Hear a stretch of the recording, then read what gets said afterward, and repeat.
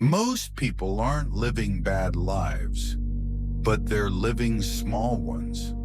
They're not failing because they lack talent or intelligence. They're failing quietly because they lack mental strength.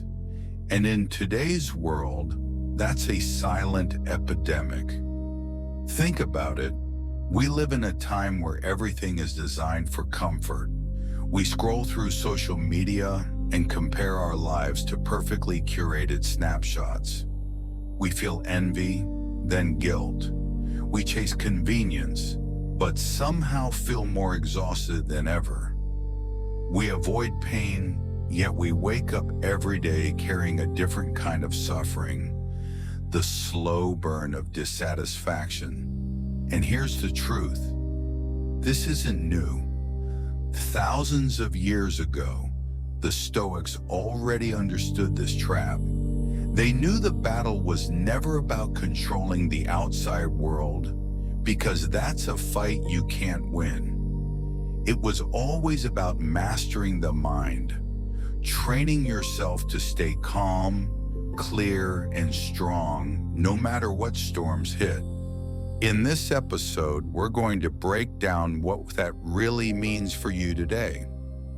As some old philosophy from the past, but as a living, breathing skill that can help you stop quietly losing and start living with the kind of strength most people only wish they had.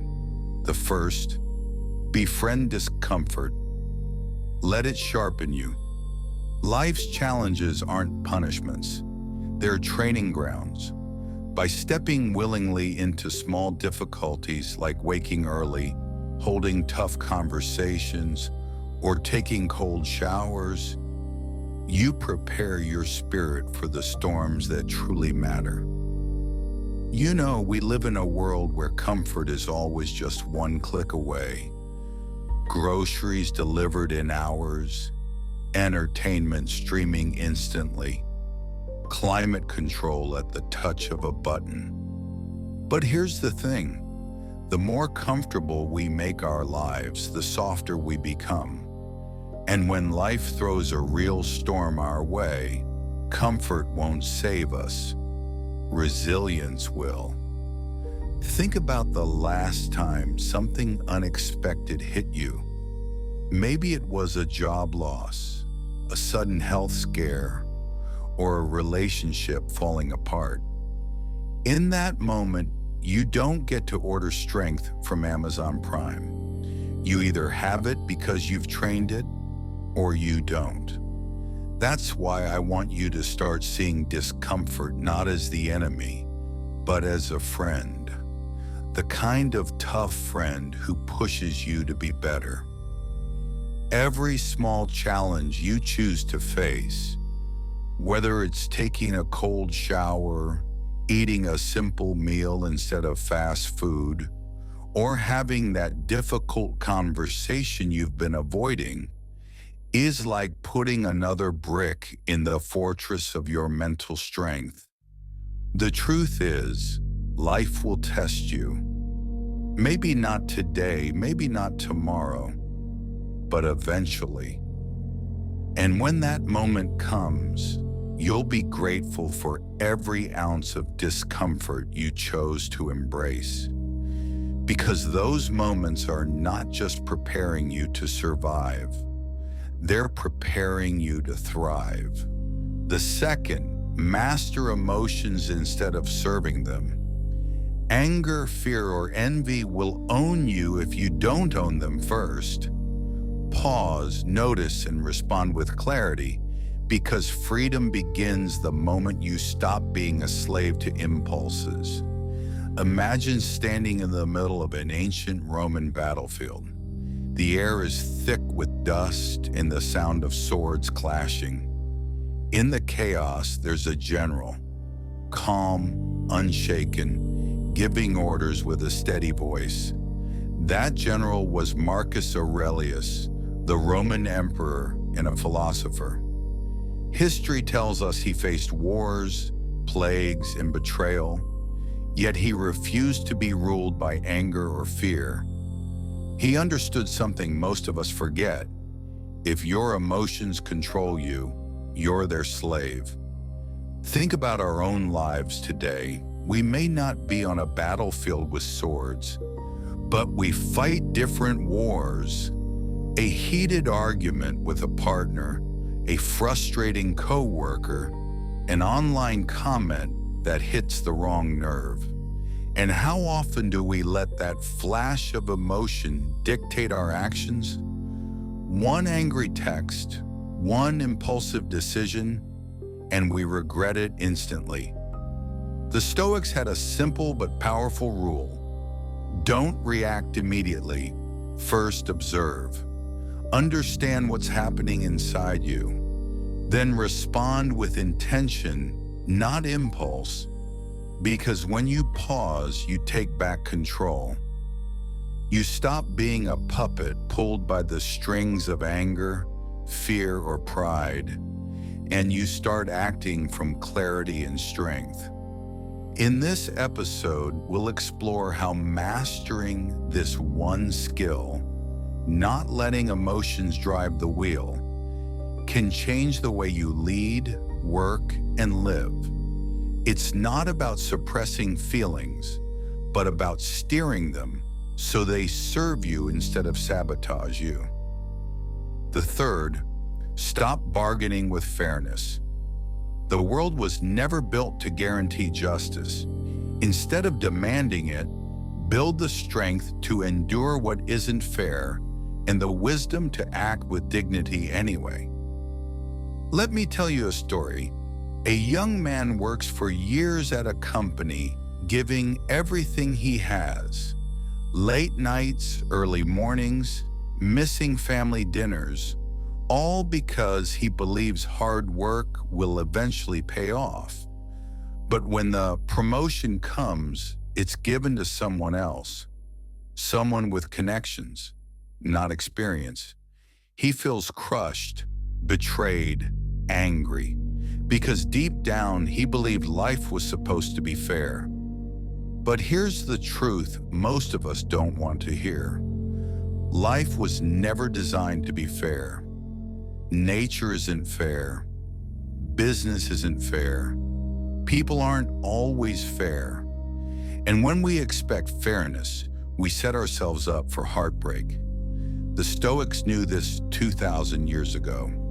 Marcus Aurelius, a man who could have demanded anything as emperor, wrote in his journal, "You can't control how others act, only how you respond."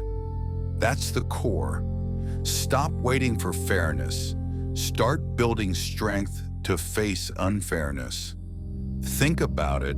Unfair moments shape us more than easy victories.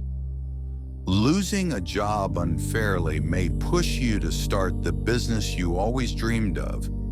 Being overlooked can fuel the drive to sharpen your skills until no one can ignore you. When you stop demanding that the world treat you right, you become unshakable. In this episode, we're diving into this truth. Stop expecting fairness.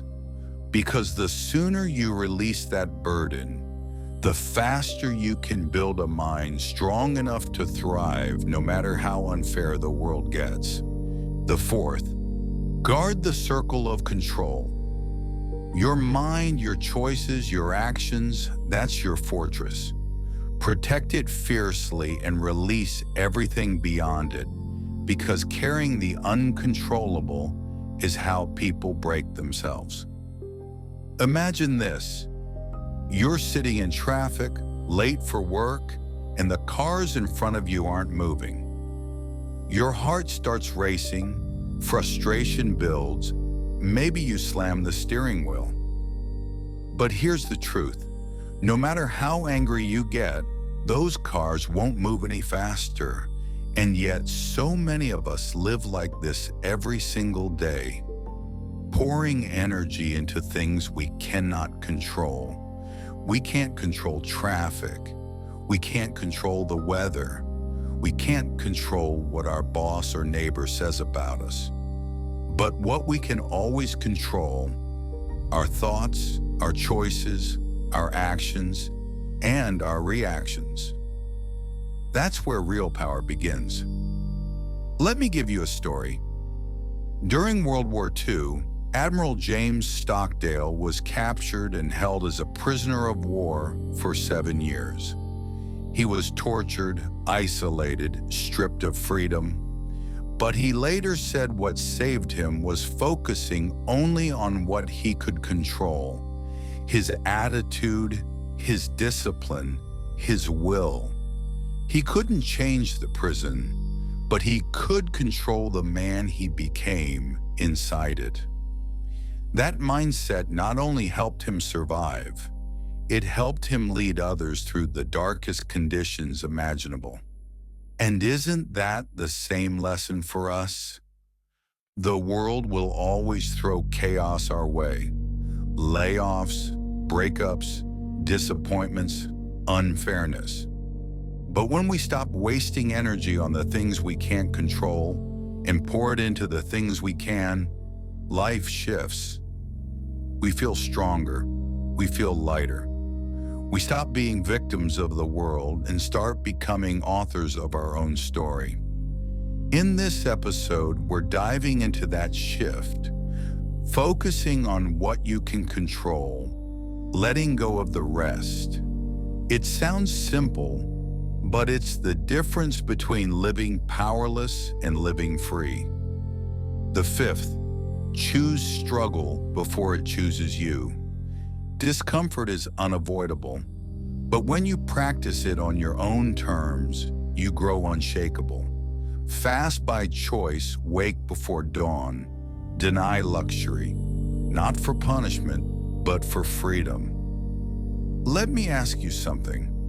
When was the last time you chose discomfort on purpose? Not because life forced it on you, but because you decided to step into it? Most of us spend our days avoiding hardship, sleeping in instead of waking early, reaching for convenience food instead of cooking, scrolling endlessly instead of facing silence. But here's the paradox. The more we chase comfort, the weaker we become. The Stoics understood this thousands of years ago. They practiced what's called voluntary hardship, small, intentional struggles to train their minds for bigger storms. They would fast to remember hunger, sleep on the floor to remind themselves comfort is not a guarantee, wear simple clothes when luxury was within reach, just to keep their desires in check. And we see this truth today in people who push themselves. Think about David Goggins, the former Navy SEAL. He runs ultra marathons, does thousands of push-ups, pushes his body to limits most of us can't imagine. But he says the reason isn't just fitness. It's about building a mind that won't break when life throws pain at him. That's the power of choosing struggle before struggle chooses you. When you fast, wake up early, turn down luxury, or do something hard just because, you're not punishing yourself. You're preparing yourself. Every small act of voluntary hardship is like a vaccine, a small dose of pain that builds immunity for the real battles ahead. In this episode, we'll explore how choosing hardship on purpose can transform you. Because comfort will never build you, but struggle chosen wisely absolutely will. The sixth, love the journey more than the prize. Outcomes come and go, but the process is where your power lives. Measure yourself not by what you gain, but by how deeply you commit to the work. Imagine this. An Olympic athlete trains for 4 years, every morning at 5 a.m. While the world is still asleep, they're running laps, lifting weights, sacrificing time with family and friends. And then, on the big day, they lose by a fraction of a second. To the outside world, it looks like failure. But is it? The truth is, we live in a culture obsessed with results, titles, promotions, money, recognition. And when we don't hit the mark, we feel worthless, like all the effort didn't matter. But here's what the Stoics taught. Your value doesn't come from the scoreboard. It comes from the process, showing up, doing the work, staying disciplined. Think about Thomas Edison. He failed over 1,000 times before creating the light bulb.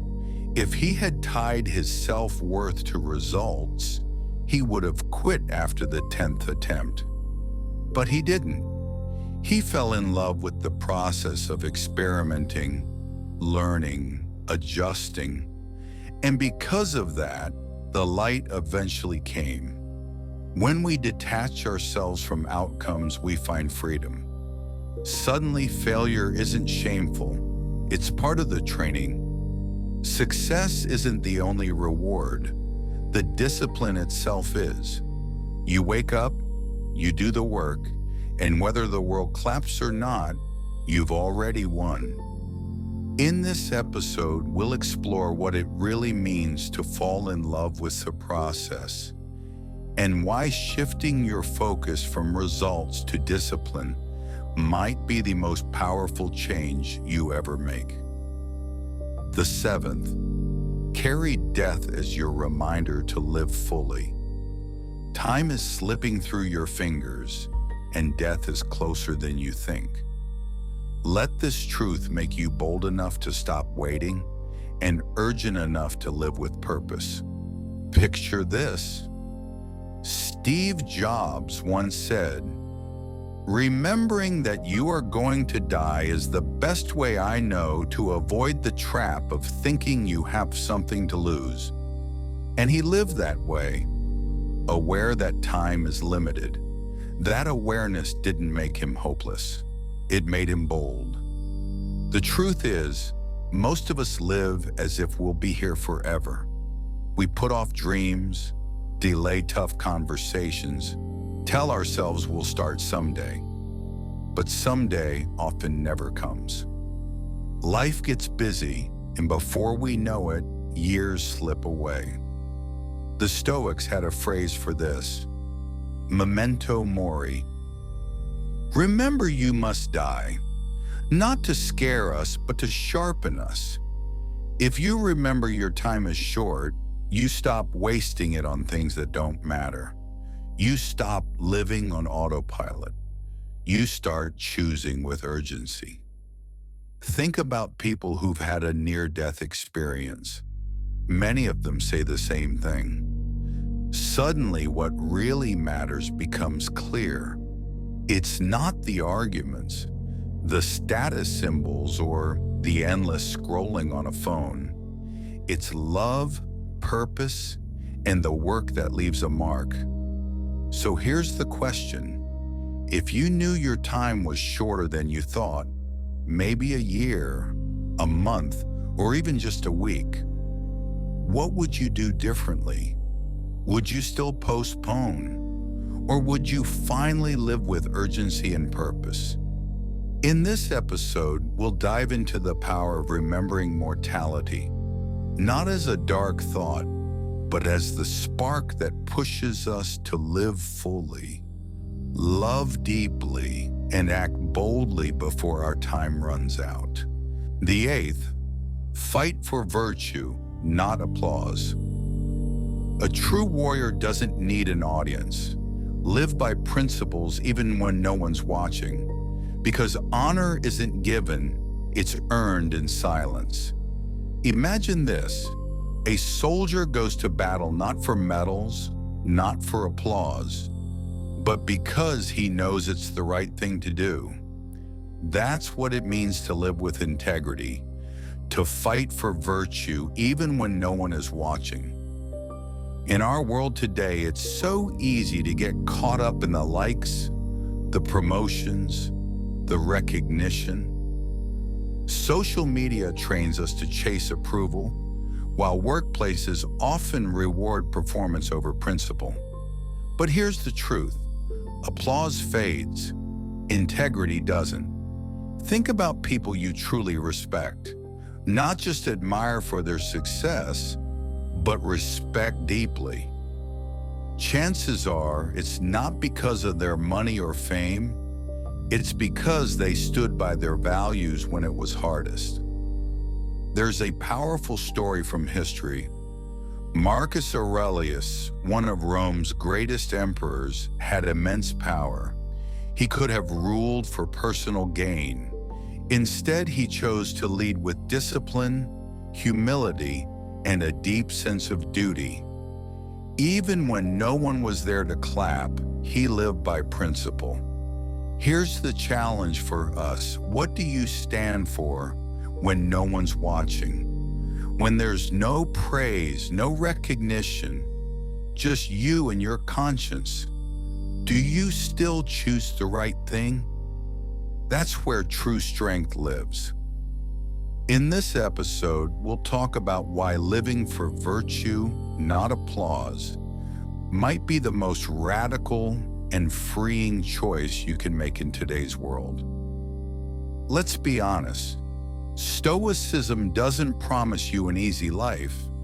It doesn't tell you that challenges will disappear or that pain will magically fade away. What it does offer is something even more powerful: clarity, direction, and meaning in the middle of life's storms. True strength is not about conquering others. It's about conquering yourself.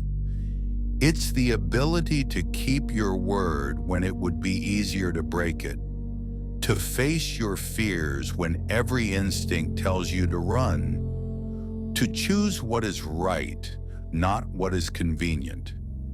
Think about it. History doesn't remember those who lived comfortably. It remembers those who lived with purpose. Marcus Aurelius, Epictetus, Seneca, they endured hardships far greater than most of us will ever face. Yet their words and choices still guide us today, centuries later. Why? Because they mastered themselves before trying to master the world. So here's the call to action. Start today. Train your mind like a muscle. Expect challenges instead of avoiding them. Detach from outcomes and focus on the process. Hold tight to your principles, even when it costs you something. Live with the urgency of someone who knows time is short, because in the end, applause fades, achievements gather dust, but character, who you choose to be every single day, remains. That's the legacy you leave behind. That's the freedom Stoicism offers. So, will you wait for life to get easier, or will you start training your mind, building resilience, and living with purpose right now? The choice is yours, and it starts today.